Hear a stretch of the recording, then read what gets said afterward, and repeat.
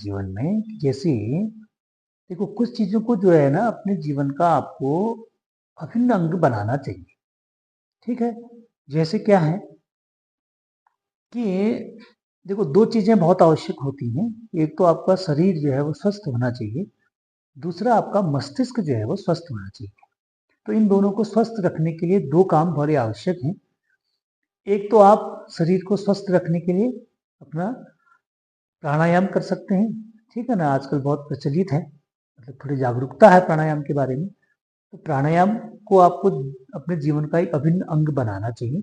दूसरा, अपने मस्तिष्क के को स्वच्छ रखने के लिए, एक्टिव रखने के लिए दूसरा जो ज़रूरी काम है, जो जीवन भर मनुष्य को करना चाहिए, वो है आपका मेडिटेशन, है ना? तो मेडिटेशन के लिए क्या है कि आपको किससे जुड़ना आवश्यक है? आध्यात्म से जुड़ना ज़रूरी है, ठीक है ना? जैसे मैंने कई बार आपको ये कहा है कि भई दूसरे के अनुभव का लाभ लेने वाला व्यक्ति बहुत समझदार व्यक्ति माना जाता है, ठीक है?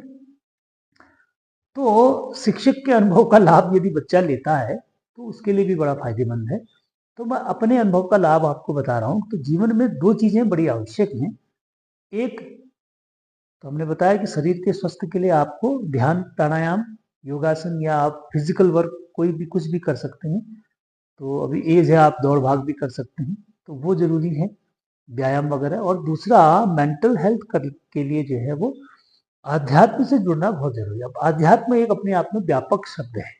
आप उसको किस रूप में लेते हैं वो अलग बात है। आप किसी मंत्र से जुड़ सकते हैं। मैं तो हमेशा ये कहता हूँ कि बच्चों को गायत्री मंत्र से जुड़ना चाहिए। गायत्री मंत्र का जप करना चाहिए, कम से कम 1 माला गायत्री मंत्र आप जप करके देखें, उसके रिजल्ट्स आपको मिलेंगे, है ना? आप गूगल में सर्च करिए, आप लोग तो आजकल एक्सपर्ट हैं इस हर चीज़ का।